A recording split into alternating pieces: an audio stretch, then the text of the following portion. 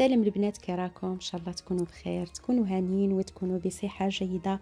مرحبا بكم في هذا الفيديو جديد. فيديو اليوم جبت لكم تحليه بالاناناس، تحليه اللي جات بنينه بزاف. شوفوا شحال تبان راقيه. تحليه اللي تزينوا بها الطاولات تاع الضيوف، طاولات الاعياد ولا اي مناسبه تكون عندكم. كوني متاكده باللي غادي تحمر لك الوجه هذا التحليه. تحليه اللي ما تشدش الوقت، في الساعه درتها ما شدتيش كاع الوقت، اندو ترومتي وجدتيها. مقاديرها تاني ماشي بزاف، وبلا ما نطول عليكم نفوتوا مباشره نشوفوا المقادير اللي نحتاجوها في هذه التحليه.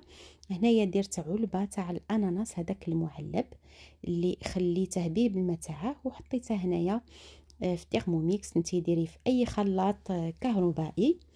فوالا غادي يقوم بنفس المهمه. زدت هنا ساشي تاع الفلون غوفاني وغادي نميكسي كامل هاد المكونات حتى يتخلطوا مليح مليح، ما يبقاش كاع لي مورسو هذوك تاع الانانا يقعدوا باينين. في كاسرونه درت هذاك الخليط وغادي نخليه يغلى. هنايا درت شويه تاع الكولون هذاك اليمونتير جاي اون بودر، غير باش يعطيني هذاك اللون الاصفر اللي ذكرنا بالانانا. شفت باللي اللون كان شويه باهت، زدت له الكولون جا. شوفوا كيفاش اللون ولا شباب. المهم كي غلى لي هذاك الخليط، قبل ما يغلى لي الخليط ما ننساش باللي زدت 2 مغارف كبار تاع السكر. انتي طبعا السكر يبقى حسب الذوق، زيدي على حساب ما تبغيه، حلو ولا ناقص حلاوه. فوالا هنايا كي غلى لي هذا الخليط غادي نفرغه، نسيي نفرغه بالتساوي في هذا الكيسان. هنايا بنتي كتعاوني ودارت اون بيتيز هي هربت. فوالا هكذا التسلل باين. المهم هنايا اي غاطو يكون عندك متوفر غادي هنايا نحب ولا غادي نحط كل كاس فيه حبه كما راكم تشوفوا، حبه تاع الغاطو لداخل.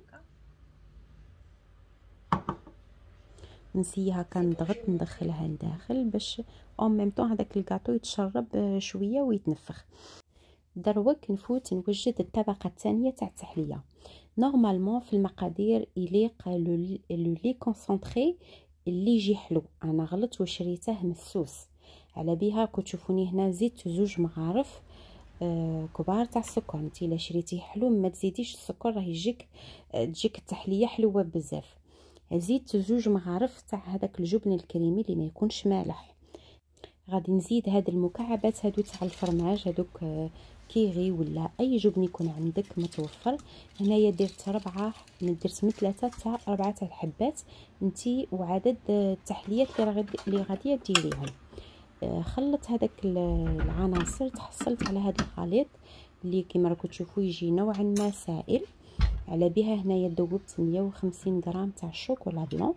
الدور تاع الشوكولا بلون هذه كي نخلطها ولا نزيد عليها هذا الخليط اللي راكم تشوفوه، من بعد غادي كي نزيدوه كطبقه ثانيه وندخلوه الفريجيدان تجمد لنا هذيك الطبقه.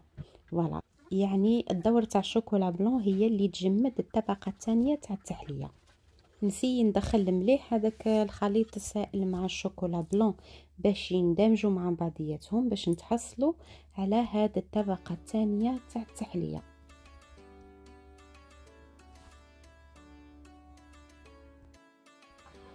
وطبعا هنا طريقه التزيين يبقى كل واحد حر يزين بالذوق تاعه. هنايا شطوا لي هاد الحبيبه تاع الكاطو، سييت نزوق فوالا كيما بانت لي.